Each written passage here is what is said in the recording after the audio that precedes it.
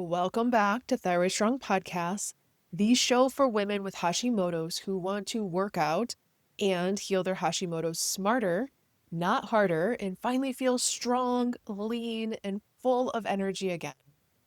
I'm Dr. Emily Kiberd, chiropractor, functional medicine practitioner, and creator of the Thyroid Strong Functional Medicine Program.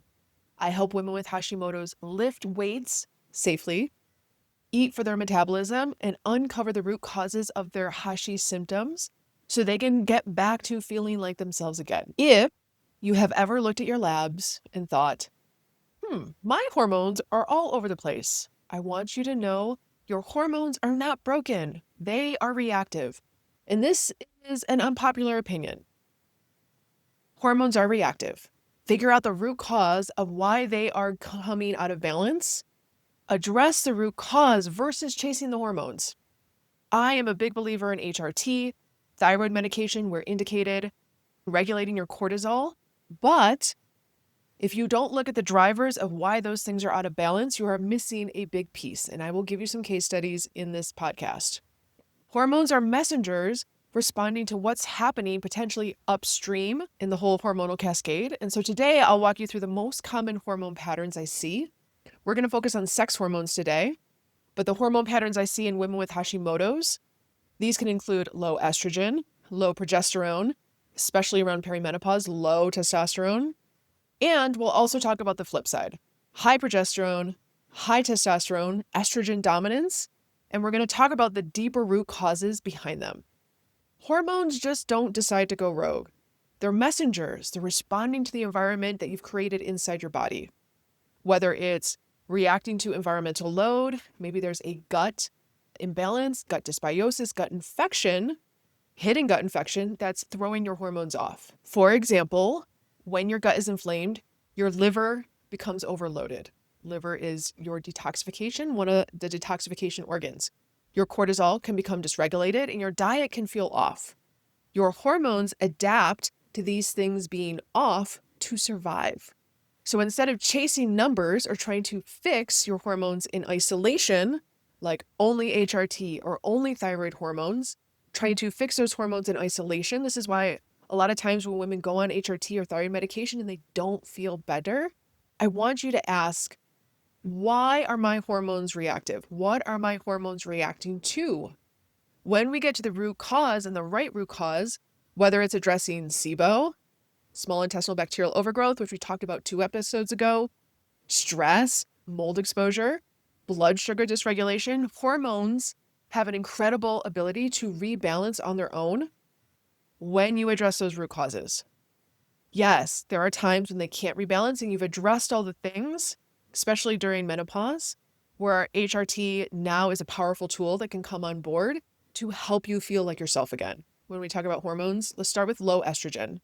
This specifically happens during perimenopause and menopause. Estrogen gets a bad rap. Hello, every single perimenopause, menopausal woman on the planet. It's inevitable, just like death is inevitable. If you reach a certain season of life, menopause is also inevitable. But estrogen is also a driver for energy, mood, muscle maintenance. It is your motivation hormone. So signs, and just take note and kind of tune in with yourself, are these things that I am experiencing? Signs of low estrogen: hot flashes or night sweats, vaginal dryness, painful intercourse, low libido. A lot of times people think low libido, testosterone.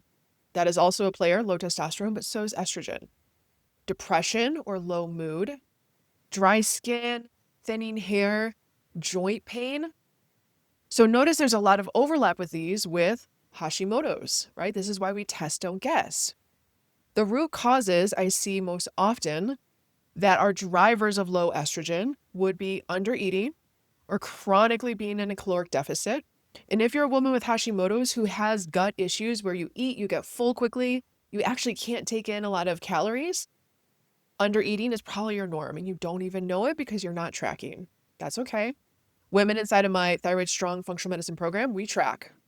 We track macros, we track calories. Data gives us power.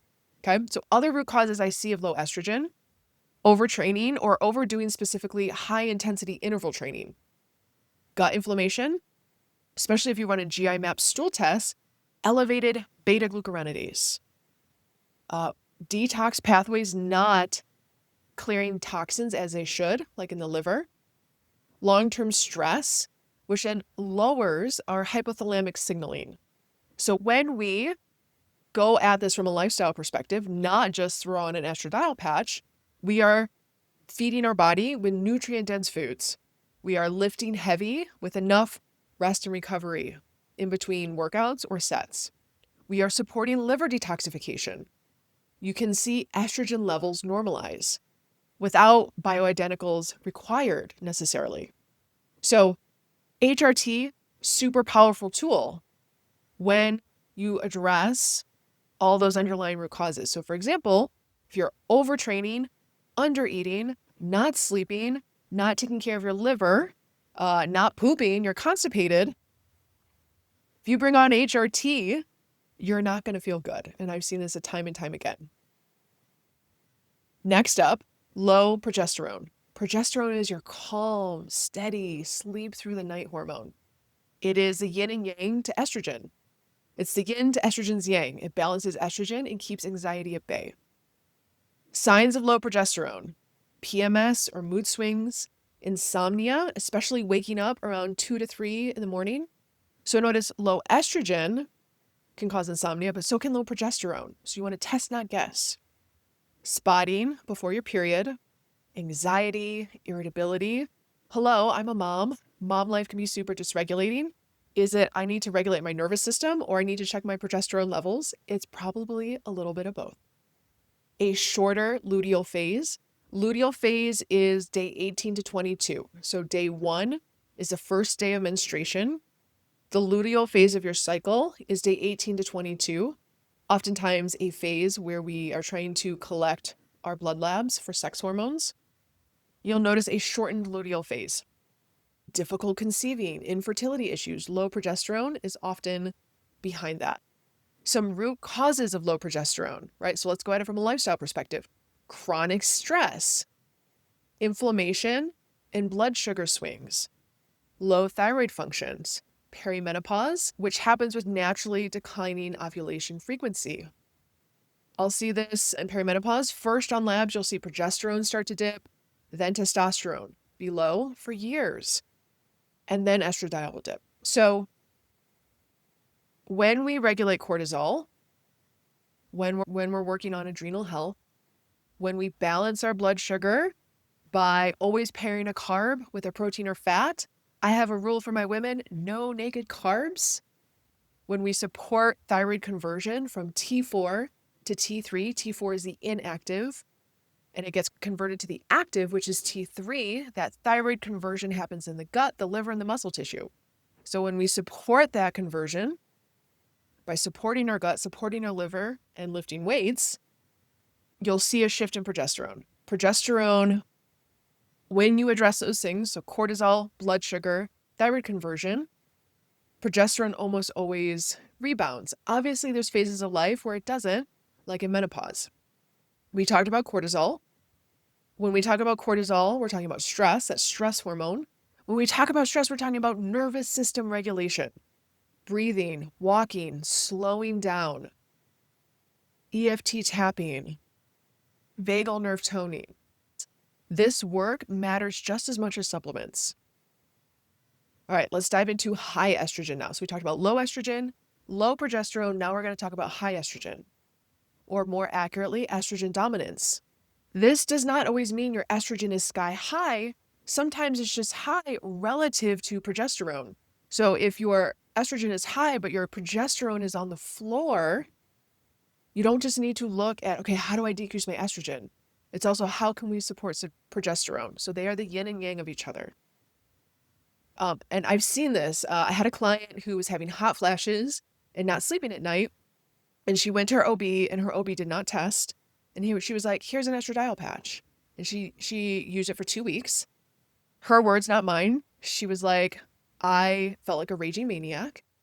And I took myself off of it. And when we ran her Dutch test, which looks at her hormones and the metabolites, the breakdown of their hormones, her estrogen was off the charts high and her progesterone was non-existent. It was like in the menopausal range as a 37-year-old. So giving her more estrogen for someone who already has a high estrogen makes sense that she was a raging maniac. So we actually give her progesterone, cycle it the second half of her cycle, and she is like so happy. So happy. Okay. So signs of estrogen dominance: heavy, clotting periods, breast tenderness or swelling, bloating or water retention, mood swings and irritability. And notice here, there's some overlap between different hormones. Weight gain around the hips and the thighs, fibroids or endometriosis. And some of the root causes of estrogen dominance or high estrogen is not being able to detox or clear our estrogen properly in the liver. Maybe we have low methylation. Maybe we have low vitamin B status. That's why we always check vitamin B12, folate, but then we also check methylmalonic acid. MMA, methylmalonic acid, is showing, is the B12 getting pushed into the cells? Serum B12 is just the amount of B12 floating around in the bloodstream, often high on a lot of labs if people are supplementing. You do not know if that B12 is getting pushed into the cells unless you check methylmalonic acid, okay? Other root causes of estrogen dominance: gut dysbiosis, especially with elevated beta-glucuronidase. And getting exposed to environmental estrogens from plastics, cosmetics, fragrances. Fun story, I was at the in-laws' house, and one of the women, I think it was my husband's aunt, was taking a Tupperware, plastic Tupperware of lasagna and putting it into the microwave. I was like, oh my God, what are you doing? She's like, I'm heating up lunch. And I was like, in the plastic Tupperware? She's like, yeah. And I almost fell over because I was like, oh my God, how many microplastics is she about to serve to the family? Other potential root causes of high estrogen or estrogen dominance is low progesterone from being stressed, slow bile movement, since bile clears estrogen metabolites. So what we see in a lot of women with Hashimoto's, because the liver and the gallbladder are often sluggish and the gut is inflamed. So this is why we see hormonal disruption in a lot of Hashi women. Do we just chase the hormones? No, we address digestion, bile flow, detox. Those heavy periods and the PMS symptoms often lighten up dramatically when you chase the root cause. Let's talk about high testosterone. It is not just a male hormone. I know we assume this, but ladies, we need testosterone for muscle tone, libido, wanting to snuggle with our partner. It is a motivation hormone, but too much can cause problems. So signs of high testosterone: acne, oily skin, thinning of the hair on the scalp, hair growth on the chin or the chest. This is showing androgen dominance, irregular or missing periods, mood swings or irritability. Notice mood swings and irritability are on multiple ones of these hormones as signs and symptoms. Weight gain around the belly. Okay, what are some root causes of high testosterone? Insulin resistance or high blood sugar. This is why, from a lifestyle perspective, prioritizing protein, no naked carbs, so always pairing a protein or fat when you eat a carbohydrate, trying to hit 1 gram per pound of ideal body weight per day in grams of protein. All of these things help with insulin resistance or high blood sugar that is not being brought down by insulin properly. Other root causes: PCOS or ovulatory cycles, high cortisol from chronic stress. Hello, this is a repeat pattern here. Poor sleep, low SHBG. SHBG is sex hormone binding globulin, often from low estrogen or thyroid issues. So when we get blood sugar stable, we reduce inflammation, we support thyroid function, testosterone can normalize, and you can build lean muscle again without having breakouts, oily skin, or even mood swings. All of these hormone patterns tie back to the same foundational systems: gut health, liver detox, blood sugar regulation, cortisol balance, nervous system safety. When we fix those things upstream, the things I just listed, hormones downstream start to shift without forcing them. That's why in my practice, I always test not just hormones, but gut, adrenals, detox markers so that we can see what's driving the hormonal imbalance. So going back to this idea, hormones are reactive. What's the driver of them being out of balance? Let's chase that and then clean up hormones at the end. You've probably heard testosterone, again, talked about like a male hormone. Ladies, just to reiterate, we need it too. And when it's low, everything from motivation to muscle tone starts to fade. What does testosterone do for women? It supports muscle mass and strength. It will give you your libido back and drive, not only in the gym, but outside the gym. Keeps metabolism going, chugging, humming, and it helps maintain lean body composition. It will sharpen mental focus and mood. When testosterone drops, women often describe it as feeling flat or no spark or no zest for life or no oomph. They're just kind of meh. Not that that's a medical term, but meh. Why can testosterone go low, especially in the Hashi ladies? Here we go. Some of these sound like on repeat, but just take note. Does this apply to you? Chronic stress. Cortisol, that stress hormone, steals precursors from DHEA. DHEA is like the queen hormone that makes all the other hormones. And when there's steal from DHEA, low testosterone production follows. I see low DHEAS on labs, like on a Dutch test, which can point towards sluggishness in our adrenals and just not having enough raw material to make cortisol. Inflammation and gut dysbiosis can disrupt hormone signaling at the liver and at the receptor level. Overtraining and undereating protein, that catabolic state, that breakdown of muscle state, can suppress your testosterone. All right, symptoms of low testosterone: low libido, muscle weakness, slow recovery after workouts, difficulty losing fat even with eating clean, fatigue, brain fog, that like meh mood, thinner hair and skin changes.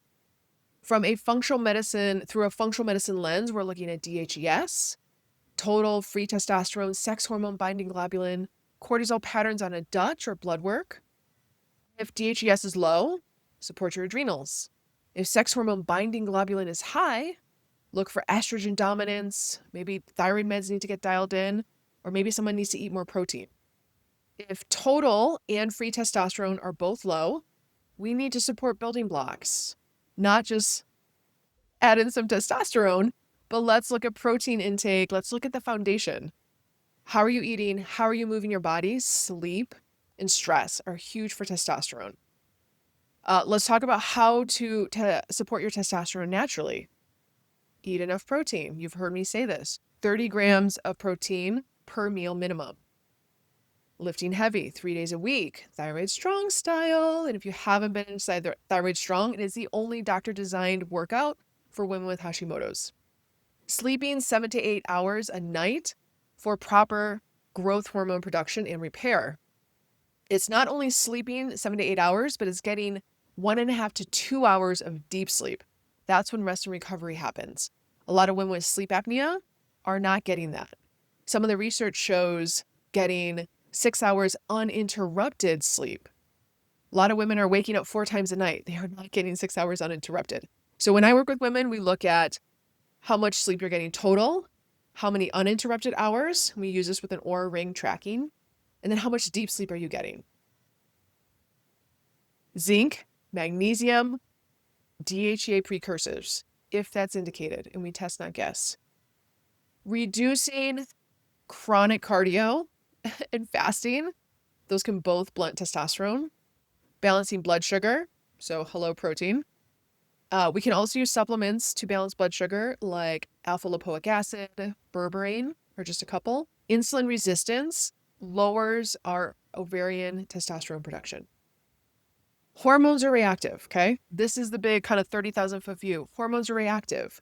Figure out the root cause of why the hormones are getting disrupted, and then the hormones can shift. I'll give you an example. So we just talked about sex hormones. I gave you a case example of estrogen being unopposed with progesterone from my client who was a raging psychopath. Her words, not mine. Another example, thyroid hormones. And we didn't talk about thyroid hormones, but thyroid hormones, cortisol is a hormone. I have clients who have elevated TSH. Antibodies are off the charts. We don't touch their thyroid medication. We address underlying root causes like H. pylori. There's a lot of research around addressing H. pylori can decrease thyroid antibodies. You address H. pylori. I've seen addressing mold or SIBO. We never touch thyroid hormones. We'll retest our thyroid hormones every 4 months, 3 months. And they've come down. They've come more into range. So if we had just put them on thyroid medication, and some of them were already on thyroid medication, they weren't getting better. They weren't feeling better. They're like, I did all the things. I'm eating the protein. I'm lifting the weights. I'm taking the thyroid meds, but I feel like trash. And it's because there was something else driving those hormones to be out of balance. Once you identify that root cause, in this example, H. pylori, which is a stomach bacteria in the stomach that decreases your own stomach acid production, you address that. Now you are able to take your thyroid medication and break it down better, have better conversion from T4 to T3. You are able to break down your food better and absorb the nutrients from your food. So this is where we talk about hormones are reactive.